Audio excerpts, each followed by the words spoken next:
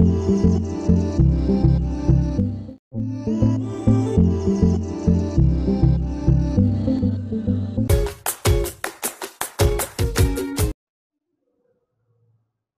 Friends, कैसे हैं आप सब लोग। Welcome back in mega minds tutorial. This is Arpit, your physics educator. आज हम आपके लिए फिर से एक नया टॉपिक लेकर आए हैं जिसका नाम है फोटो इलेक्ट्रिक इफेक्ट। ओके, तो आप ये जान चुके हैं कि किस तरीके से, किस वे में हम वर्क करते हैं। जितने भी पिछले वीडियोस आए उसमें देखा कि जो फॉर्मेट होता है कि थ्योरी कैसे डिस्कस करनी, उससे रिलेटेड प्रॉब्लम को कैसे डिस्कस करना है, वो पार्ट हम देख चुके हैं। इन द सेम वे ये टॉपिक भी हम डिस्कस करेंगे और जितना है, जितना आना है, जितना पूछा जाना है उस पर फोकस करेंगे।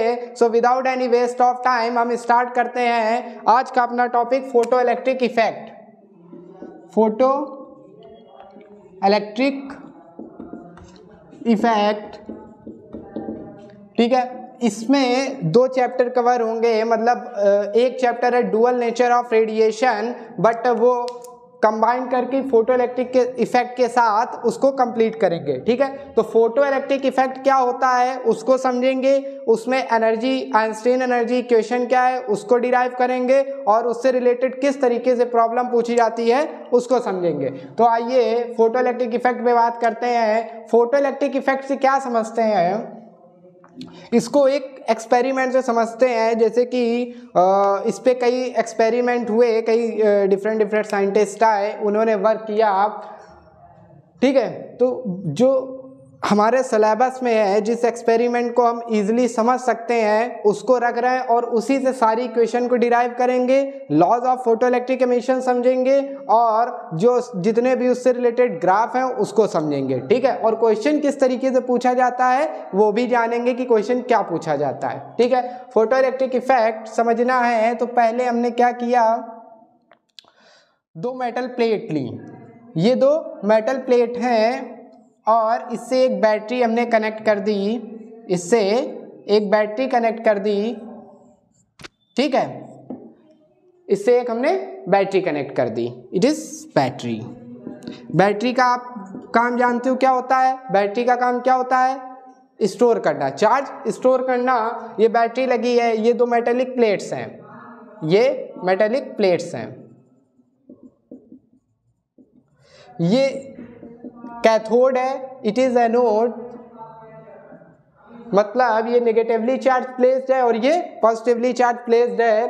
अब हम सब एक बात जानते हैं कि जो करंट फ्लो होता है वो कब होता है, जब सर्किट क्या हो, क्लोज हो, सर्किट क्लोज हो। बट आप देख रहे हो ये दो मेटेलिक प्लेट्स ऐसे ही लगी हुई हैं, ये बीच में गैप है, बीच में गैप है, सर्किट क्लोज नहीं है तो करंट फ्लो नहीं होगा, करंट फ्लो नहीं होगा। बैटरी लगी है, अगर पोटेंशियल डिफरेंस भी होगा फिर भी करंट फ्लो नहीं हो रहा होगा। करंट फ्लो होने के लिए क्या होना चाहिए, ये गैप फिल होना चाहिए, ये कनेक्ट होना चाहिए। तो साइंटिस्ट ने क्या ऑब्जर्व किया, क्या एक्सपेरिमेंट किया कि जब इसको वैक्यूम, ये मेटल प्लेट्स को इन्होंने वैक्यूम ट्यूब में लिया,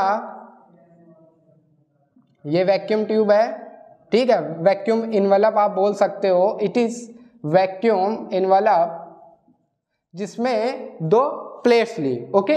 अब इस पे अल्ट्रावायलेट रेज को डाला गया, ठीक है, नेगेटिव प्लेट पे, ये यूवी रेज हैं, these are UV rays. UV rays को जब नेगेटिव प्लेट पे डाला गया तो हुआ क्या, यूवी रेज जो थी, जिनको हम बोलेंगे फोटॉन्स, क्या बोलेंगे, फोटॉन्स, इनके पास एनर्जी थी। फोटॉन्स क्या होते हैं, अब फोटॉन्स क्या होते हैं इसको डिफाइन करना है।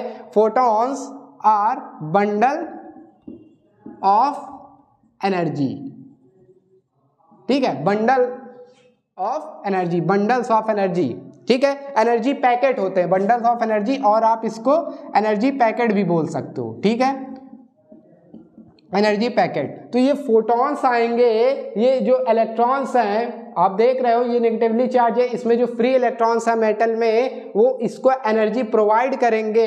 ये इलेक्ट्रॉन क्या करेंगे, मूव करेंगे, यही इलेक्ट्रॉन मूव कर रहे होंगे पॉजिटिव प्लेट की साइड, ठीक है।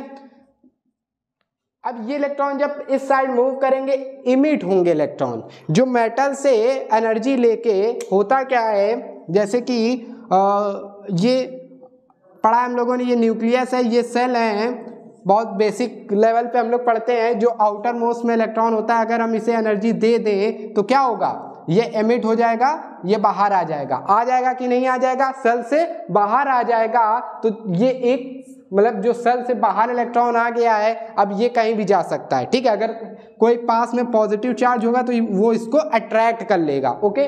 तो वही प्रोसेस है कि ये जो इलेक्ट्रॉन्स हैं मेटल में, जो फ्री इलेक्ट्रॉन्स हैं, वो एनर्जी लेते हैं बाय फोटॉन्स, फोटॉन्स इनको एनर्जी प्रोवाइड करते हैं। एनर्जी लेने के बाद ये इलेक्ट्रॉन को, ये जो पॉजिटिव प्लेट है, इसमें जो पॉजिटिव चार्ज है, ये इसको अट्रैक्ट कर लेता है। क्या कर लेता है, अट्रैक्ट कर लेता है। अगर जब तक आप एनर्जी देते रहोगे, ये electrons negative to positive move करते रहेंगे और ये गैप क्या होगा, फिल हो जाएगा। ये गैप क्या होगा, फिल हो जाएगा। ये गैप जब फिल हो गया तो इसके बीच ये सर्किट आप कह सकते हो क्लोज्ड हो गया। ये कैसा वर्क करेगा, एज अ क्लोज सर्किट, और करंट फ्लो करने लगेगी। आपको पता है करंट, इस पे चार्ज है तो चार्ज का फ्लो ये होगा, करंट की डायरेक्शन ये होगी। चार्ज ये फ्लो कर रहा है तो फोटो इलेक्ट्रिक करंट किस डायरेक्शन में फ्लो करेगा, इस डायरेक्शन में। करेगा कि नहीं करेगा, ये फोटो इलेक्ट्रिक करंट फ्लो करने लगी, क्योंकि ये जो फोटॉन्स के पास एनर्जी थी, उन्होंने दो मेटेलिक कंडक्टर जो हमने लिए थे, दो मेटेलिक प्लेट्स ली थी, उनके बीच का गैप फिल कर दिया और इस सर्किट को क्या कर दिया, क्लोज कर दिया। इस सर्किट को क्लोज कर दिया। ये जो फोटो इलेक्ट्रिक करंट है, या चार्ज फ्लो कर रहा होगा, वो बैटरी में स्टोर हो जाएगा और आप उसका बाद में यूज कर सकते हैं। इसका बेस्ट एग्जांपल है सोलर पैनल, ठीक है। सोलर पैनल लगे होते हैं, बैटरी से कनेक्टेड होते हैं, दिन में वो चार्ज होती बैटरी और रात में हम उसका यूज करते हैं फॉर लाइटिंग, फॉर मतलब अपनी कंफर्टेबल के लिए, अपनी सुविधाओं के लिए यूज करते हैं, ठीक है। तो solar panel is example of photo electric application of photo electric effect. तो फोटो इलेक्ट्रिक इफेक्ट आपको समझ में आया क्या होता है, यूवी रेज इंसिडेंट कराई जाती, स्ट्राइक कराई जाती मेटल के नेगेटिव, जो नेगेटिव मेटालिक प्लेट है उस पे, और ये यूवी रेज फोटॉन्स के टर्म में आते हैं, मतलब फोटॉन्स के रूप में आते हैं, जो जिनकी एक अपनी एनर्जी होती है, ठीक है। ये एक पैकेट आती है, एनर्जी पैकेट के फॉर्म में आती है, और वो एक एनर्जी पैकेट एक इलेक्ट्रॉन को अपनी पूरी एनर्जी देता है, ठीक है। अब जैसे एक ये इलेक्ट्रॉन है तो एक फोटोन अपनी पूरी एनर्जी इस इलेक्ट्रॉन को दे देगा, उसको डिस्ट्रीब्यूट नहीं करता है। फोटोन की एनर्जी डिस्ट्रीब्यूट नहीं होती है, एक फोटोन एक इलेक्ट्रॉन को अपनी कंप्लीट एनर्जी दे देता है। ये इलेक्ट्रॉन फ्री हो जाते हैं, मतलब एमिट कर जाते हैं प्लेट से। जब ये एमिट हो जाते हैं तो ये पॉजिटिव चार्ज क्या करता है, अट्रैक्ट कर लेता है उसको। क्या कर लेता है, अट्रैक्ट कर लेता है। और जब ये पॉजिटिव, अब ये प्रोसेस कॉन्टिन्यूसली चलता रहता है जब तक ये यूवी रेज इस पे फोटॉन्स एनर्जी देते रहते हैं, एमिशन होता रहता है। तो एमिशन होगा, ये खींचते रहेंगे तो ये गैप क्या होगा, फिल हो जाएगा। ये गैप फिल हो जाएगा और एक क्लोज सर्किट बन जाएगा, करंट फ्लो होने लगेगी, जिसे हम लोग बोलेंगे फोटो इलेक्ट्रिक करंट। तो अब आपको समझ में आया कि फोटो इलेक्ट्रिक करंट कैसे जनरेट होती है, ठीक है, कैसे जनरेट होती है और ये कैसे वर्क करता है। अब एक क्वेश्चन और आ सकता है कि ये यूवी रेज को हम निगेटिव प्लेट पे ही क्यों डालते हैं, पॉजिटिव प्लेट पे भी तो डाल सकते हैं, पॉजिटिव प्लेट पे भी तो इसको इंसिडेंट कराया जा सकता है।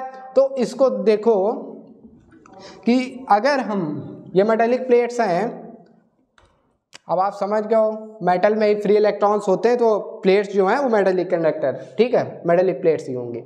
अब आप देखिए ये नेगेटिव है, इस साइड हमने पॉजिटिव चार्ज ले लिया, ठीक है, किधर भी ले सकते हो आप। इस पे हमने फोटॉन्स डाले, ठीक, आ रहे हैं, एनर्जी देंगे।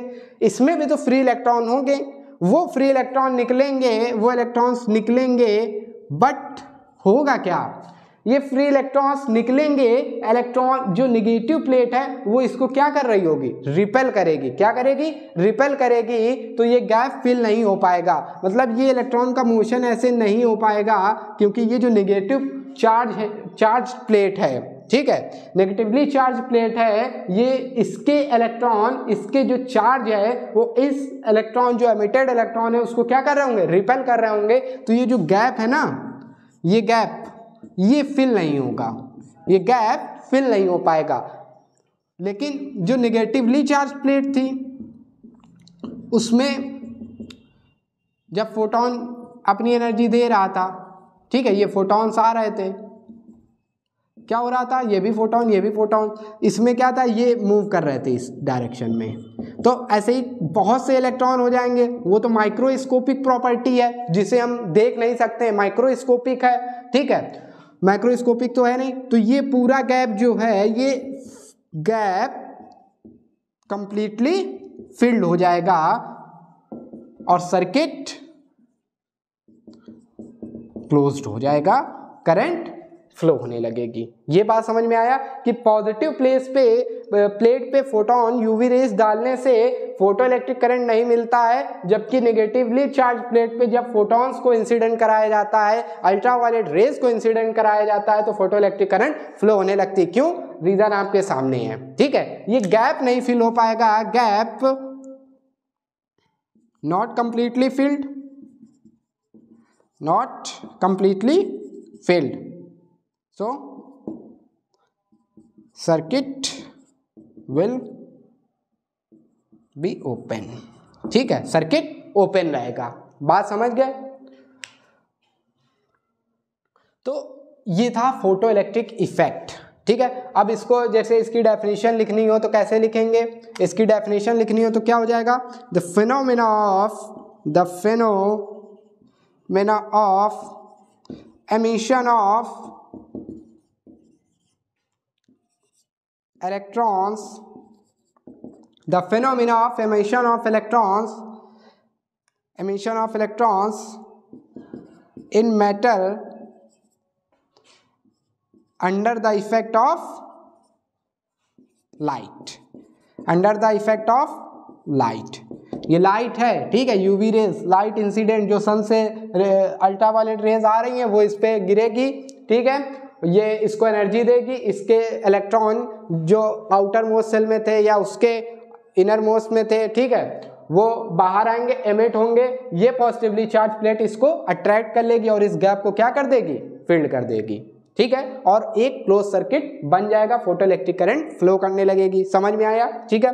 The phenomena of emission of electrons in metal under the effect of light is known as photo electric effect,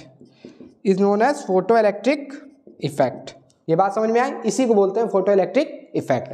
rate of emission of electrons in metal under the effect of light is known as photo electric effect. ये तो समझ गए।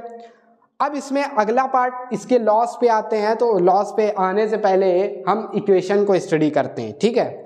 ये photons अपने साथ एक energy ला रहे हैं, ठीक है, ये पार्ट आप समझ गए, मैं रब कर दूं। फोटॉन्स अपने साथ क्या ला रहे हैं, एक एनर्जी ला रहे हैं। सारा खेल किसका? एनर्जी का है, सारा खेल एनर्जी का है, और हम सब जानते हैं कि एनर्जी कभी डिस्ट्रॉय नहीं होती, एनर्जी को डिस्ट्रॉय नहीं किया जा सकता है, it can be only transform. तो फोटॉन्स के पास एक एनर्जी है अपनी, is equal to H nu energy, ठीक है। इतनी एनर्जी फोटॉन एक इलेक्ट्रॉन को देगा, अपनी पूरी एनर्जी एक इलेक्ट्रॉन को देगा, ठीक है। तो ये फोटॉन क्या कर रहा है, इस एनर्जी के से इस पे स्ट्राइक कर रहा है, ठीक है, और ये इलेक्ट्रॉन एमिट हो रहा है। तो इस एनर्जी का डिस्ट्रीब्यूशन होगा दो पार्ट में। कैसे? अब जैसे कि ये फिगर बना रहेगा, देखो ये मेटल प्लेट है, ठीक है, ऐसे ही सोलर पैनल आप ले लो, इस पे फोटॉन्स आ रहे हैं इस तरीके से, ठीक है। तो इसमें जो इलेक्ट्रॉन्स हैं, ये जो चार्ज हैं, आप देख रहे हो पार्टिकल हैं इस तरीके से, ये मेटल है, इट्स मेटल। तो इसमें क्या होगा, जो ऊपर होंगे एकदम फ्री बैठे होंगे ऊपर, उनको एनर्जी मिलेगी तो वो क्या हो जाएंगे, विदाउट एनी मतलब एफर्ट बाहर आ जाएंगे। बट जो इस लेयर के, इस इलेक्ट्रॉन लेयर के नीचे होंगे, ठीक है, जो अंडर सेल होंगे, तो उस इलेक्ट्रॉन को यहां से यहां आने में कुछ वर्क तो करना पड़ेगा, सरफेस पे आने के लिए कुछ वर्क तो करना पड़ेगा कि नहीं करना पड़ेगा। मतलब ये जो सरफेस पे है, ये इलेक्ट्रॉन सरफेस पे है मेटल की, तो इनको एनर्जी मिली, ये क्या कर गए, निकल गए, उड़ गए, ठीक है। इमिट हो गए, बट जो अंदर हैं उनको सरफेस, मेटल सरफेस पे आने के लिए कुछ ना कुछ एनर्जी तो चाहिए, तो वो एनर्जी कुछ मिले यूज करेंगे, ये जो फोटॉन्स एनर्जी अपनी देंगे उस एनर्जी का यूज उसमें करेंगे, प्लस उड़ने में करेंगे। जब वो बाहर निकलेंगे तो इधर उधर जा रहे होंगे, जैसे ये मूव कर रहा है, किसी वेलोसिटी से मूव कर रहा है, तो ये एनर्जी किस में कन्वर्ट हो गई, काइनेटिक एनर्जी में। ठीक है, तो फोटोन अपने साथ एच न्यू एनर्जी लाया, एच न्यू एनर्जी लाया। एच इज प्लांक्स कांस्टेंट, हम जानते हैं एच क्या है, प्लांक्स कांस्टेंट है, इसकी वैल्यू फिक्स होती है। Nu is frequency, nu is frequency. H nu energy photons ला रहे हैं, सरफेस वाले को देंगे तो वो तो कंप्लीटली कन्वर्ट हो गया, बट जो इनर वाले हैं उनका क्या होगा, इस एनर्जी का यूज, इस एनर्जी का यूज दो, एक तो वो जो मूव कर रहे हैं, ठीक है, काइनेटिक एनर्जी में यूज करेंगे, काइनेटिक एनर्जी में यूज करेंगे, प्लस सरफेस पे, मेटल के सरफेस पे आने के लिए उनको वर्क डन करना होगा W, जिसमें हमने W लिखा है बट फाई लिख रहे हैं, क्या लिख रहे हैं, W लिख रहे हैं, ठीक है, वर्क करना पड़ेगा W। तो ये जो एनर्जी है ये दो पार्ट में डिवाइड हुई, एक तो काइनेटिक एनर्जी जिससे ये मूव कर रहे हैं, और दूसरा जो उनको वर्क करना पड़ रहा है सरफेस पे आने के लिए, इसको आप फाई ले लो, फाई नोटेशन है इसका, फाई, ठीक है, फाई W। ओके, तो ये एनर्जी अब आप देख रहे हो दो पार्ट में डिवाइड हो गई, ठीक है। फोटोन की एनर्जी डिस्ट्रॉय नहीं हुई, by law of conservation of energy photon की एनर्जी डिस्ट्रॉय नहीं हुई, वो क्या हुई, ट्रांसफॉर्म हुई एक काइनेटिक एनर्जी में, उसका कुछ पार्ट चेंज हुआ और सम पार्ट चेंज हुआ उसका, ये जो वर्क करना पड़ रहा है हमको सरफेस पे आने के लिए, एमिशन के लिए, ठीक है। इस फाई W को बोला जाता है वर्क फंक्शन, क्या बोलते हैं, वर्क फंक्शन, ठीक है। तो अगर वर्क फंक्शन को डिफाइन करना हो तो आप कैसे डिफाइन करोगे, it is defined as minimum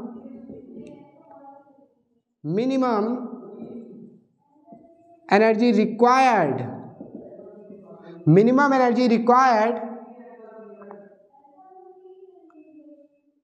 for emission, ठीक है। इमिशन के लिए जब सरफेस पे आएंगी तभी तो इमिशन होगा, minimum energy required for emission. Metal से डिटैच होने के लिए, मेटल से अलग होने के लिए इसको जितना वर्क करना पड़ रहा है वही वर्क फंक्शन है, minimum energy required for emission, okay.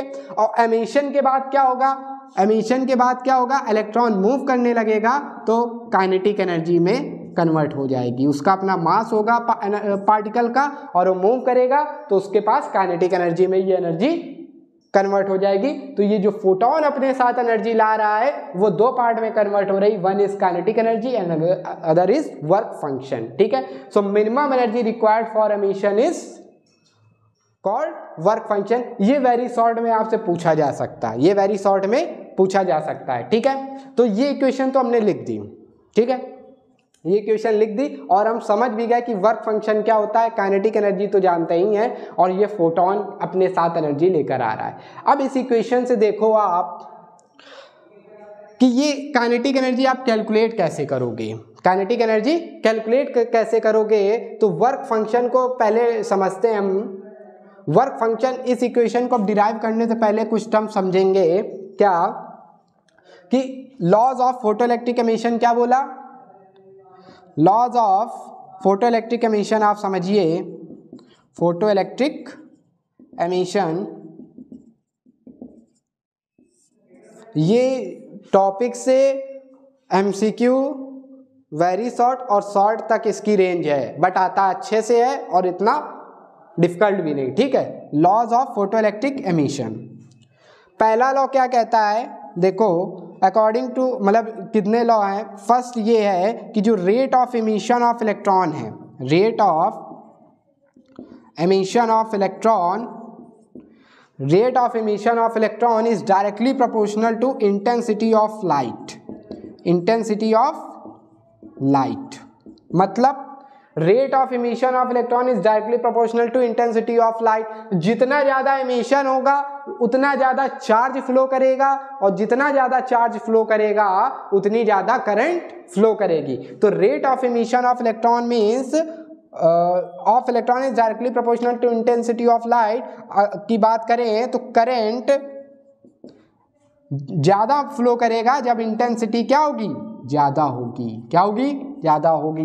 जितनी ज्यादा इंटेंसिटी से फोटोन इस पे इंसिडेंट करेगा उतनी ज्यादा करंट फ्लो करेगी सर्किट में। ये बात समझ में आई। अब इसको कैसे समझते हैं, इसका ग्राफ देखो। ग्राफ पूछे जाते हैं, ठीक है। फोटो इलेक्ट्रिक की करंट किस पे डिपेंड करता है, डिपेंडेंसी ऑफ करंट, ठीक है। ये फर्स्ट लॉ है, इसको समझते हैं। इसका ग्राफ आप देख लो, इसका ग्राफ आप देख लो। ग्राफ भी इंपॉर्टेंट है, यहां बनाते हैं।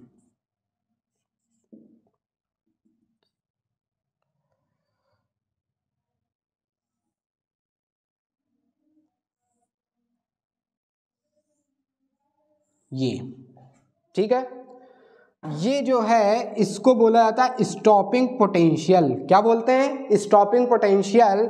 It is negative potential. देख रहे हो ये पोटेंशियल, ये ग्राफ करंट और पोटेंशियल डिफरेंस के बीच में है, पोटेंशियल डिफरेंस के बिटवीन है। बात समझिए, ओके। सो ये जो निगेटिव पोटेंशियल डिफरेंस है इसको क्या बोलते हैं, cut off potential, cut off value of potential, ठीक है। या कट ऑफ बोलिए, स्टॉपिंग पोटेंशियल बोलिए, ठीक। Stopping potential, cut off, stopping, और भी कई नाम है, आप देख लेना, ठीक है। Cut off, stopping potential. तो ये जो निगेटिव पोटेंशियल है, अब आप देख रहे हो ये इंटेंसिटी है, यहाँ पे इंटेंसिटी आई है, यहाँ पे 2 आई है। तो हमने क्या देखा कि rate of emission of electron is directly proportional to intensity of light. Means current is directly proportional to intensity. जितनी ज़्यादा इंटेंसिटी होगी, फोटॉन्स जितनी हाई इंटेंसिटी से इम्पैक्ट करेगा इस नेगेटिवली चार्ज प्लेट पे, उतना ही ज़्यादा फोटो इलेक्ट्रिक करंट डेवलप होगा सर्किट में, ठीक है। करंट इंक्रीज करेगी। इंटेंसिटी आई थी तो करंट ये फ्लो कर रहा है, अब डबल कर दी तो ये करंट की वैल्यू बढ़ गई। आप देख पा रहे हो इस तरीके से। अब ये कट ऑफ और स्टॉपिंग पोटेंशियल क्या है, ये जो कट ऑफ पोटेंशियल है ये इसका इमिशन ना हो उसको रोक के रखे। समझ रहे हो, जहां पे करंट जीरो है, देख रहे हो कट ऑफ पोटेंशियल पे करंट जीरो है, करंट जीरो हो जाए मतलब इलेक्ट्रॉन एमिशन ना हो रहा हो। जिसने इलेक्ट्रॉन एमिशन को रोक कर रखा हुआ है वो कट ऑफ पोटेंशियल है। अब उस एमिशन होने के लिए हमें क्या करना पड़ेगा, कुछ एनर्जी चाहिए, जिस एनर्जी को वो क्या करे, रिकवर करे कि हाँ एमिशन हो, उतनी एनर्जी हम दे दें, ठीक है। तो ये स्टॉपिंग पोटेंशियल के अगेंस्ट हमें वर्क करना पड़ेगा कि नहीं करना पड़ेगा। इस स्टॉपिंग पोटेंशियल के अगेंस्ट हमें वर्क करना पड़ेगा। तो वो जो अगेंस्ट वर्क करते हैं, वर्क डन, उसी को वर्क फंक्शन की अब एक और आप डेफिनेशन देख लो। और work done against stopping potential. Potential भी एक वर्क डन होता है, ये हम सब पढ़ चुके हैं इलेक्ट्रोस्टैटिक में, ठीक है। Work done against stopping potential. तो ये जो वर्क फंक्शन है वो जितना वर्क इसमें हम कर रहे हैं ये क्या हो जाएगा, phi W is equal to EV0 हो जाएगा, यही एनर्जी हो जाएगी। बात समझ रहे हो। और यहाँ पे जो V0 है, V0 क्या है, वही कट ऑफ और स्टॉपिंग पोटेंशियल। अब समझ में आया कि स्टॉपिंग पोटेंशियल और वर्क फंक्शन का रिलेशन क्या है, ठीक है। कट ऑफ और स्टॉपिंग पोटेंशियल मतलब इस स्टॉपिंग पोटेंशियल ने इमिशन को रोक रखा है, ठीक है। हमें कुछ ना कुछ मिनिमम वर्क करना पड़ेगा ताकि ये इसको क्रॉस कर जाए और करंट फ्लो कर जाए। तो वो जो वर्क डन अगेंस्ट इसके करते हैं वही वर्क फंक्शन होता है और वो इस तरीके से कैलकुलेट होता है, EV0। ओके, वेरी गुड, ये हो गया, ठीक है। सो हमने क्या देखा, rate of emission of electron is directly proportional to intensity of light और current is directly proportional to intensity. ये कर्व इंपॉर्टेंट है। जब आपका करंट और इंटेंसिटी का डिपेंडेंस पूछा जाए तो आप ये कर्व ड्रॉ करोगे। करंट इंटेंसिटी के साथ किस तरीके से डिपेंड कर रहा है, करंट इंटेंसिटी आप बढ़ाओगे तो करंट बढ़ेगा, ठीक है, ये ग्राफ आएगा। अब दूसरा लॉ देखिए, दूसरा लॉ देखिए, उसके लिए भी ग्राफ प्लॉट करना है। तो ये फर्स्ट लॉ आपको समझ में आ गया। मैं मतलब इसका जो फर्स्ट रूल है, अब दूसरा ड्रॉ करते हैं। दूसरा ये है कि काइनेटिक एनर्जी, जो मैक्सिमम काइनेटिक एनर्जी है, maximum kinetic energy does not depend on intensity of light या रेडिएशन हो रहा है, ठीक है। Maximum kinetic energy does not depend on intensity of light, ठीक है। ये लाइट की इंटेंसिटी पे नहीं डिपेंड करता है, कितनी भी हाई बस रेट ऑफ एमिशन बढ़ जाएगा बट काइनेटिक एनर्जी में कोई चेंज नहीं आएगा, उसी वेलोसिटी से पार्टिकल मूव कर रहे होंगे, ठीक है। अगर आप इंटेंसिटी बढ़ाते हो तो ये डिपेंड नहीं कर रहा है, तो कोई हमें लेना देना नहीं, ठीक है। थर्ड इसी में आ गया कि ये अब डिपेंड किस पे करता है, maximum kinetic energy directly proportional to frequency of light, frequency of light, okay. Maximum kinetic energy is directly proportional to frequency of light, मतलब जितनी ज्यादा फ्रीक्वेंसी होगी उतनी ज्यादा वेलोसिटी से इलेक्ट्रॉन चार्ज मूव कर रहा होगा, काइनेटिक एनर्जी हाई होगी। तो ये जो काइनेटिक एनर्जी है ये फ्रीक्वेंसी ऑफ लाइट पे डिपेंड कर रही है। अब समझो, अब एक इसमें क्या है कि फ्रीक्वेंसी ऑफ लाइट पे डिपेंड कर रही है, तो एक ऐसी फ्रीक्वेंसी होगी जिसपे एमिशन नहीं हो रहा होगा, उस फ्रीक्वेंसी को क्या बोलेंगे, एक मिनिमम फ्रीक्वेंसी मिलेगी हमको, minimum frequency at which no emission, at which no emission, मतलब जिसपे minimum frequency at which no emission, उस फ्रीक्वेंसी को क्या बोलेंगे, is known as what, threshold frequency. क्या बोलेंगे इसको, थ्रेशोल्ड फ्रीक्वेंसी। बात समझ रहे हैं आप, इसको थ्रेशोल्ड फ्रीक्वेंसी बोलेंगे।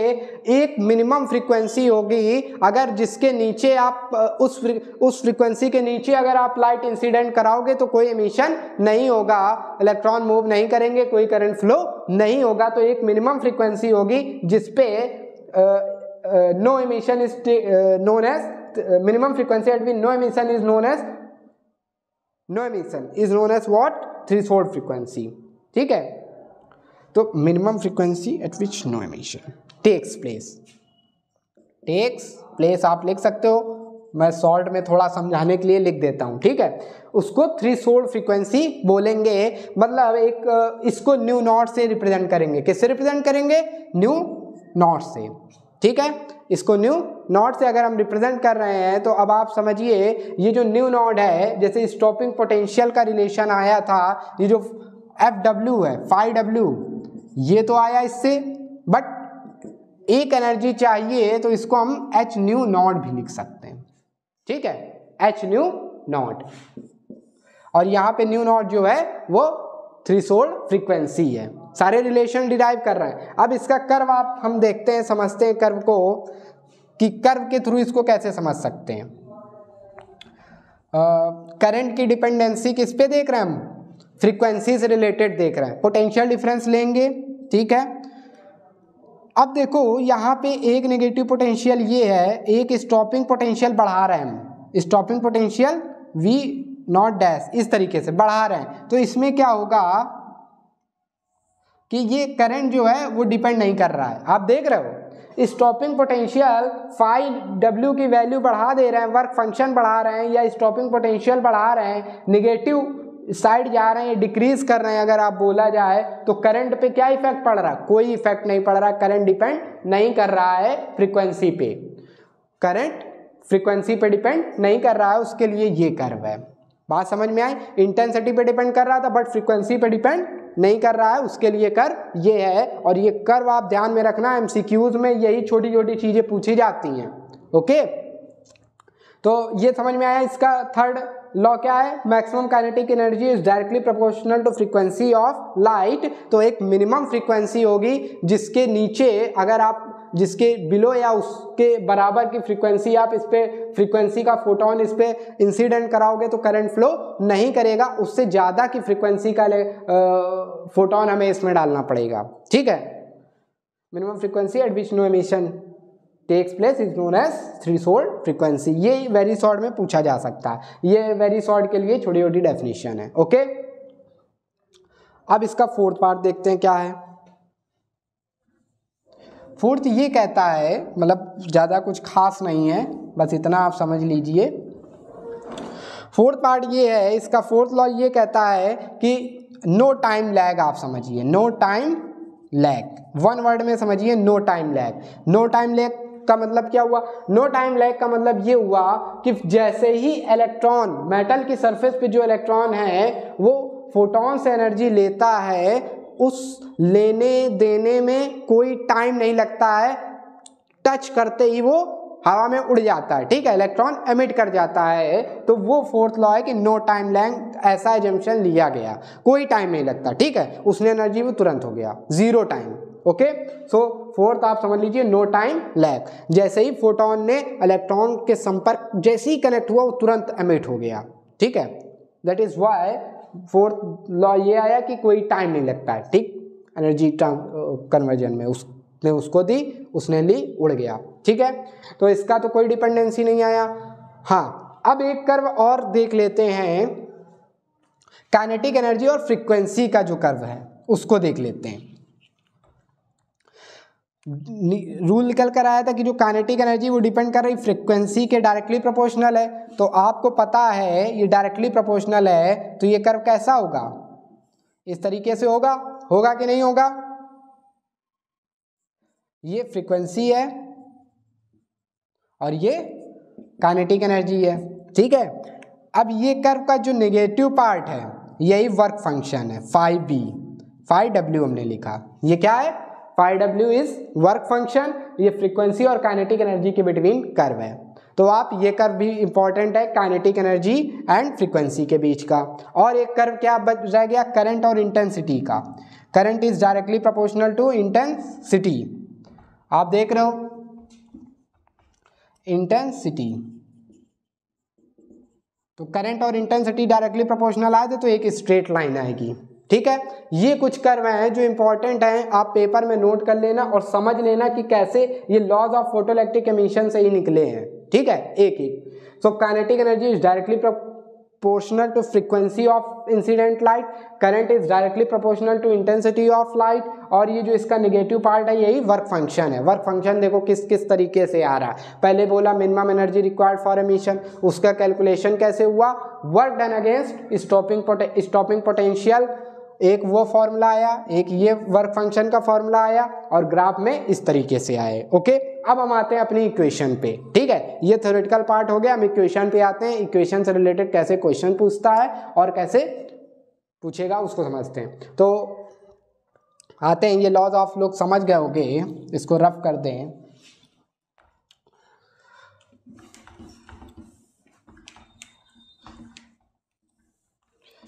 तो अब आप सब देखिए, फाई वर्क फंक्शन क्या निकला? EV not is equal to HV not, हमारी वो इक्वेशन है मेन। वो इक्वेशन आपको लर्न नहीं करनी, समझ लेनी कि फोटोन ने, उसको हम फिर से लिख रहे हैं, ये टर्म हम यहाँ पे लिख दे रहे हैं। ठीक है, H न्यू नॉट। अब फिर से देखो उस इक्वेशन को हम कैसे लिख रहे हैं। मुझे नहीं याद है कि ये इक्वेशन कुछ ऐसी होती, मुझे इतना याद है कि फोटोन इतनी एनर्जी लेकर आया, एक तो उसको वर्क करना पड़ रहा है स्टॉपिंग पोटेंशियल के अगेंस्ट, मतलब एमिशन हो उसके लिए। ठीक है, और फिर काइनेटिक एनर्जी के लिए तो आप देखो इतना वर्क किया, सरफेस पे आया, सरफेस के आने के बाद जो एनर्जी बची वो काइनेटिक एनर्जी में बदल गई, उसको हम EK लिख रहे हैं। ठीक है, EK, इसको EK लिख दिया। ठीक है, EK इसमें ट्रांसफॉर्म हुई। अब हमें EK कैलकुलेट करना है, तो EK क्या हो जाएगा? H nu minus phi W, और फाई W की वैल्यू क्या? H न्यू नॉट रख सकते हैं हम, H nu minus H nu not, तो EK क्या निकल कर आया? H nu minus H nu not, H common कर लो, न्यू माइनस न्यू नॉट आ गया। ये एक इक्वेशन आ गई। और हमें पता है frequency is speed of light upon wavelength, ठीक है, वेव लेंथ। तो इसके प्लेस में हम क्या रख सकते हैं, H C by lambda minus C by lambda not, ये थ्रेशोल्ड वेवलेंथ हो जाएगी। थ्रेशोल्ड फ्रीक्वेंसी है तो उसके साथ थ्रेशोल्ड वेवलेंथ हो गया। तो काइनेटिक एनर्जी क्या निकल कर आई, H C 1 by lambda minus 1 by lambda nought, bracket में ये आ गया। और काइनेटिक एनर्जी क्या होता है, हाफ एम वी मैक्स, ये काइनेटिक मैक्सिमम काइनेटिक एनर्जी निकालना है, half M V max square. तो ये जो इक्वेशन है इसी को क्या बोलते हैं, आइंस्टीन एनर्जी इक्वेशन। क्या बोला जाता है,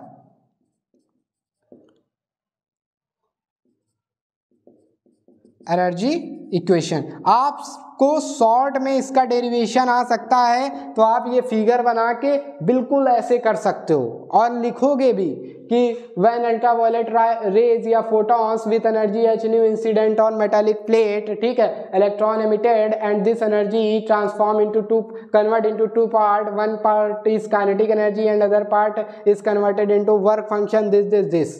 ओके, समझ गए। अब देखो कितना इजी हो गया, एच न्यू दो पार्ट में ब्रेक हुआ, वर्क फंक्शन हम समझ चुके हैं क्या है, वर्क फंक्शन का पूरा रख के डिराइव कर दिया। अब इससे न्यूमेरिकल भी दे सकता है, आपको क्या क्या पूछ सकता है, आपको ये देगा, ये दे देंगे और फोटोन की एनर्जी दे देंगे, काइनेटिक एनर्जी पूछ देंगे, ये आपको गिवन होगा, ये गिवन होगा, ये पूछ देंगे, ठीक है।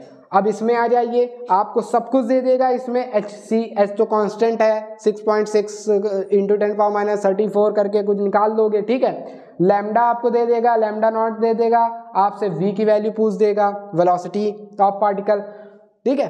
तो इस तरीके से आपसे क्वेश्चन पूछे जा सकते हैं। बात समझ में आई। इंपॉर्टेंट ये था कि इस इक्वेशन को कैसे डिराइव किया जाए, क्योंकि कंफ्यूजन इतना ज़्यादा हो जाता है, E V naught, H nu naught is C by lambda, C के टर्म में वी मैक्स, बहुत कंफ्यूजन क्रिएट हो जाता है और इक्वेशन हम गलत कर देते हैं, दिमाग में नहीं आता है कि क्वेश्चन में कौन सी इक्वेशन अप्लाई करें। तो आप सिर्फ एक फंडामेंटल इक्वेशन दिमाग में रखिए और फिर आप अपने आप डिराइव करते चले जाएंगे, ठीक है। और ये एक इक्वेशन इंपॉर्टेंट है, बात समझ में आई। एक ये इक्वेशन इंपॉर्टेंट है। ये देखो इलेक्ट्रॉन वोल्ट में भी एनर्जी को दिया जा सकता है, तो ये एच न्यू इलेक्ट्रॉन वोल्ट में भी दे सकते हैं, बात समझ रहे हो। इसको अगर एच न्यू को इलेक्ट्रॉन वोल्ट के टर्म में दिया होगा फोटोन की एनर्जी, तो ई के यहाँ ई के क्या निकल कर आएगा, E V minus E V not. मतलब कहने का मतलब मेरा ये है कि ये स्टॉपिंग पोटेंशियल के टर्म में भी दे सकता है, ठीक है, और फ्रीक्वेंसी के टर्म में भी दे सकता है, वेवलेंथ के भी टर्म में दे सकता है, ठीक है। इंपॉर्टेंट ये है कि आप इस चीज़ को पकड़ पा रहे हो। अगर एक चीज़ हमें रटना नहीं है, समझना है, क्योंकि देखो माइंड में जितनी कहते हैं किसी चीज़ को आप कॉम्पैक्ट बना के लेकर जाओगे उतना इफेक्टिव होगा, तो हमें रटना नहीं है। जब ये स्टॉपिंग पोटेंशियल के टर्म में हो तो आप ये क्वेश्चन यूज़ कर लोगे ईजिली, और अगर फ्रीक्वेंसी के टर्म में हो तो ये यूज़ कर लो, उसी को कन्वर्ट करके लैम्डा के टर्म में यूज़ कर लो। बात समझ में आई। ये थी आइंस्टीन एनर्जी इक्वेशन या फोटोइलेक्ट्रिक इक्वेशन, एनर्जी इक्वेशन। इस तरीके से आप डिराइव कर सकते हो, ठीक है। ये फोटोइलेक्ट्रिक इफेक्ट में इतना ही पार्ट था। देखो ग्राफ डिस्कस हो गया, उसका पूरा एक्सपेरिमेंट डिस्कस हो गया, ठीक है। ये एक्सपेरिमेंट लेनार्ड्स एक्सपेरिमेंट के नाम से आपसे पूछा जा सकता है। लेनार्ड्स एंड हर्ट्ज एक्सपेरिमेंट का एक शॉर्ट में क्वेश्चन है, सिलेबस में है, तो आप ये फिगर ड्रॉ करके पूरी थ्योरी जैसे मैंने आपको समझाई है वैसे लिख देना, पूरे नंबर मिलेंगे, ठीक है। आइंस्टीन एनर्जी इक्वेशन है, फिर भी ये फिगर बनाना, ये इक्वेशन डिराइव कर देना। ये भी शॉर्ट के ज़्यादातर पॉसिबिलिटीज़ हैं, बट वेरी शॉर्ट, और शॉर्ट में जो आपको ग्राफ और लॉ ऑफ फोटोइलेक्ट्रिक इफेक्ट बताए हैं वो ज़्यादा इंपॉर्टेंट है, ठीक है। और छोटा सा एमसीक्यू में भी वो ग्राफ पूछा जा सकता है, या फिर इनडायरेक्टली जैसे हमने थ्योरी में आपको बताया है वैसे भी पूछा जा सकता है, ओके। तो ये हो गया फोटोइलेक्ट्रिक इफेक्ट। अब थोड़ा सा पार्ट देख लेते हैं कि मैटर वेव्स के बारे में। एक और क्वेश्चन है डस्टर, ये है, उसको समझ लेते हैं। क्वेश्चन आपसे पूछ सकता है, थ्योरेटिकल क्वेश्चन है बट उसको समझ लेते हैं हम।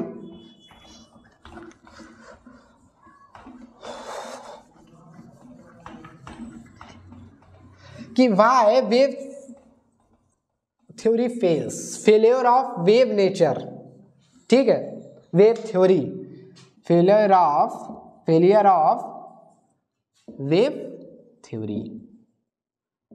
अब क्या है कि फोटो इलेक्ट्रिक इफेक्ट को प्रूव किया गया। ये जो फोटो इलेक्ट्रिक इफेक्ट है, जो रेडिएशन है, डुअल नेचर ऑफ रेडिएशन बोला जाता है। इसको ऐसे समझो, रेडिएशन को कैसे डिस्क्राइब कर सकते हैं हम, इसके दो नेचर होंगे, एक होगा पार्टिकल नेचर और एक होगा वेव नेचर।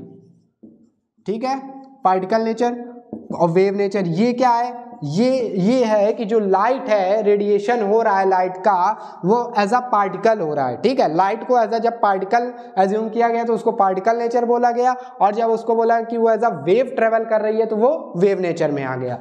पार्टिकल नेचर को प्रूव करने के लिए फोटो इलेक्ट्रिक इफेक्ट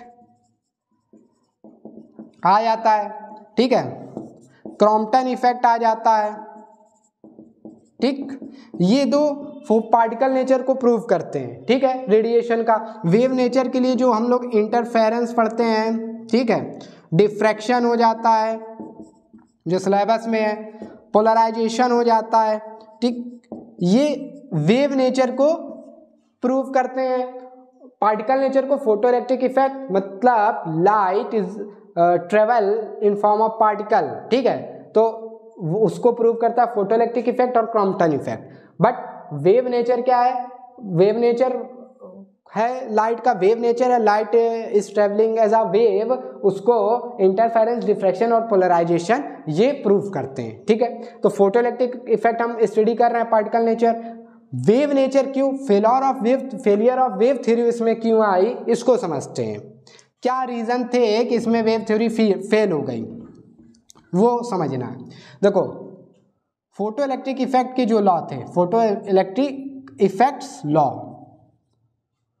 और यहाँ पे वेव थ्योरी क्या कहती है उसके according to wave theory, according to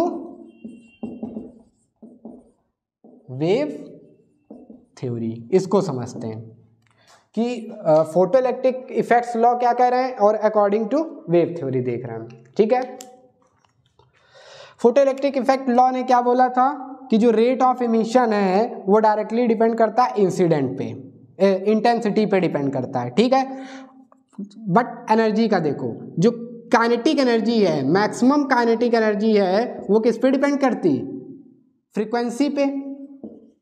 ठीक है, फ्रीक्वेंसी पे डिपेंड करती है। बट ये जो मैक्सिमम काइनेटिक एनर्जी है ये डिपेंड नहीं करती है, does not depend on intensity. Wave theory क्या कहती है कि energy is directly proportional to intensity. बस यहां फेल हो गई वेव थ्योरी। वेव थ्योरी के अकॉर्डिंग एनर्जी जो है वो डायरेक्टली प्रोपोर्शनल टू इंटेंसिटी है। बट फोटो इलेक्ट्रिक इफेक्ट क्या कहता है कि काइनेटिक एनर्जी जो है, मैक्सिमम काइनेटिक एनर्जी वो इंटेंसिटी पे डिपेंड नहीं करती है। ठीक है, अब ये समझो, इसमें कह रहा मैक्सिमम काइनेटिक एनर्जी फ्रीक्वेंसी पे डिपेंड करती है। ठीक है, ये क्या कहते हैं कि कोई भी फ्रीक्वेंसी हो, फ्रीक्वेंसी मैटर ही नहीं करता, किसी भी फ्रीक्वेंसी पे एमिशन होगा, emission at any frequency.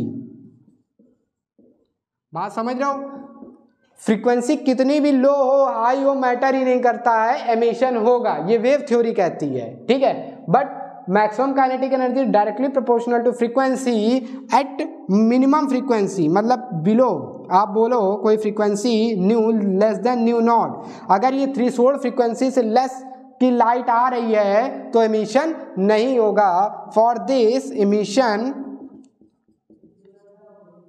Will not take place. ये यहां फेल हो गई वेव थ्योरी। उसके अकॉर्डिंग फ्रीक्वेंसी कितनी भी हो, ठीक है, एमिशन हो जाएगा। बट फोटो इलेक्ट्रिक इफेक्ट क्या कह रहा है कि एक मिनिमम फ्रीक्वेंसी होगी जिसके नीचे या जिस पर एमिशन नहीं होगा। ठीक है, ये दूसरा पॉइंट हो गया। तीसरा पॉइंट ये कि जो फोटोन है वो क्या करते हैं, अपनी पूरी एनर्जी, एक फोटोन अपनी पूरी एनर्जी क्या करता है, एक इलेक्ट्रॉन को देता है। But according to wave theory क्या है कि एनर्जी को क्या कर सकते हैं, एनर्जी डिस्ट्रीब्यूटेड बिटवीन पार्टिकल्स, ये है। Energy distributed between particles.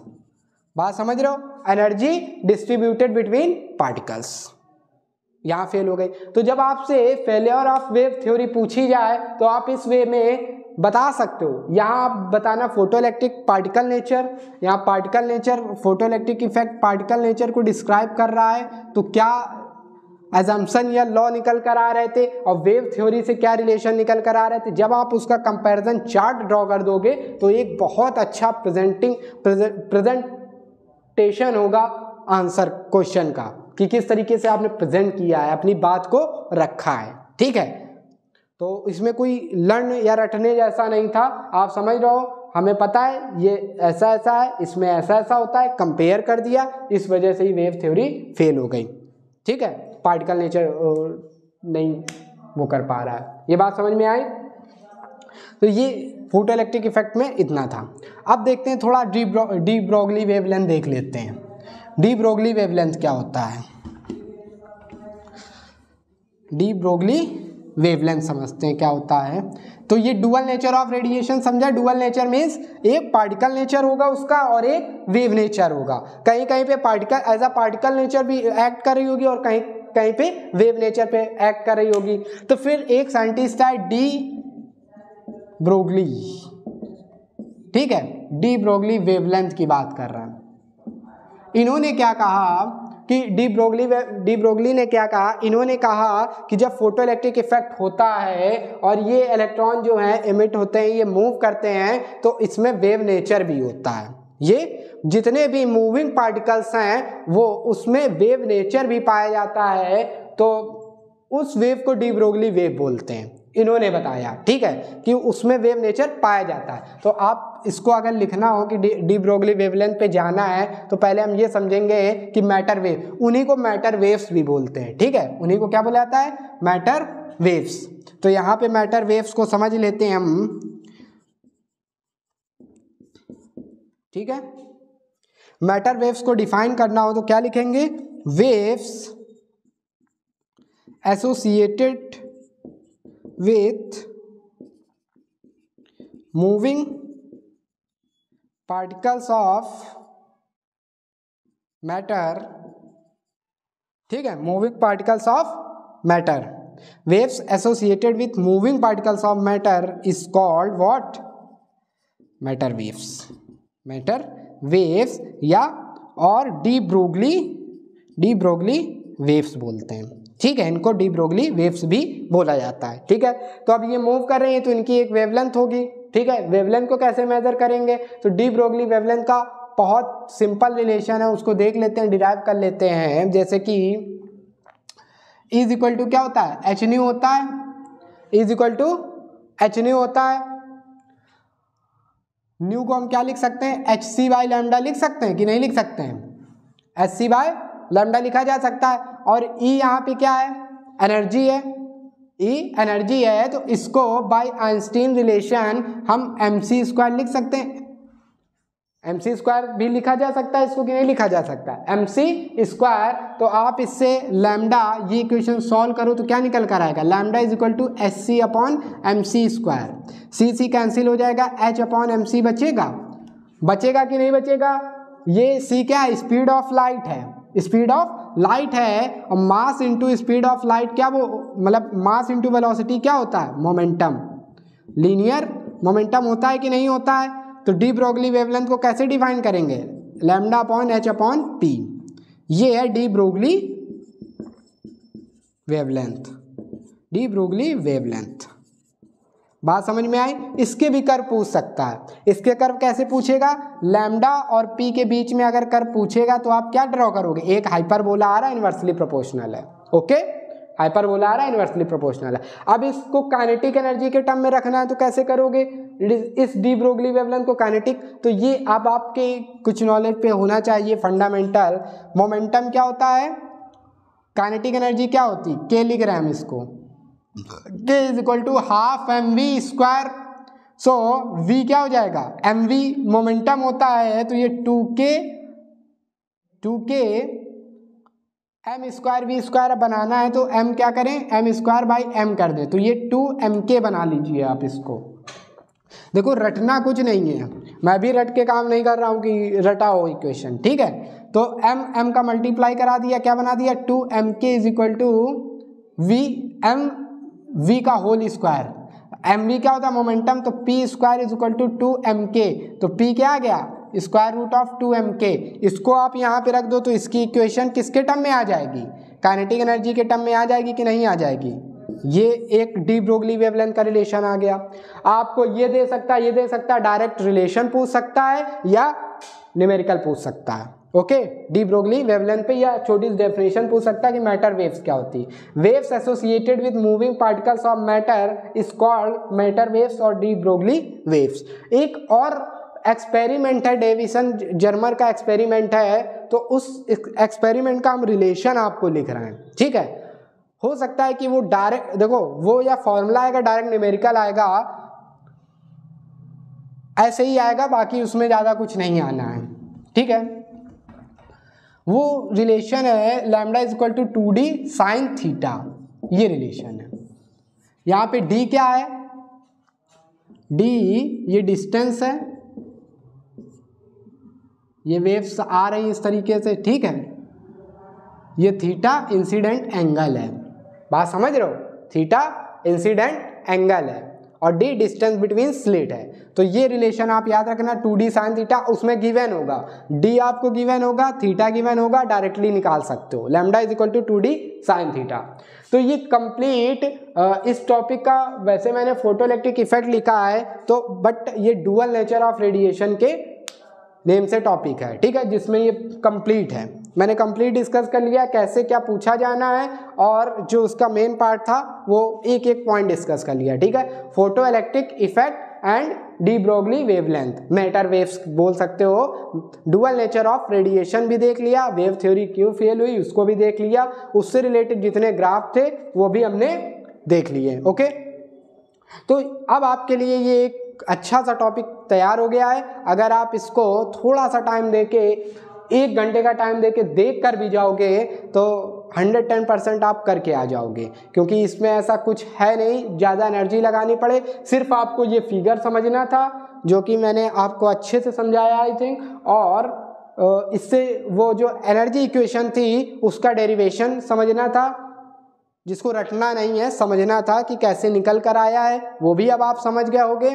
Okay, सो अब आप इसको अच्छे से प्रिपेयर करें और अपने तैयारी में लगे रहें, क्योंकि अब एग्ज़ाम और भी क्लोज आता जा रहा है, आपके ऊपर भी प्रेशर बढ़ता जा रहा है, आप अच्छे से काम करते रहें। हमारी शुभकामनाएं आपके साथ हैं। फिर नेक्स्ट वीडियो में हम आपको मिलेंगे एक इंटरेस्टिंग टॉपिक के साथ, इंटरेस्टिंग मैटर के साथ, मतलब एक इजी वे में चीज़ों को रखना। आपको जो टॉपिक मतलब रिसेंट में चाहिए कि हाँ सर इस पे मुझे चाहिए, आप मुझे कमेंट में बता दें ताकि हम उसको प्रिपेयर करके आपको करवा दें और आप देख लें, ठीक है। अगर आप सीरियस हैं तो आप बता दें, कमेंट करके बता दें कि सर मुझे इस टॉपिक पे चाहिए, समझा दीजिए ये चीज़ें, तो मैं आपको डिस्क्राइब कर दूंगा, उस पर भी वीडियो बना दूंगा। ओके, सो आज के लिए बस इतना ही। हंसते रहें, मुस्कुराते रहें, स्वस्थ रहें और काम भी करते रहें पैरेलल। Okay, thank you.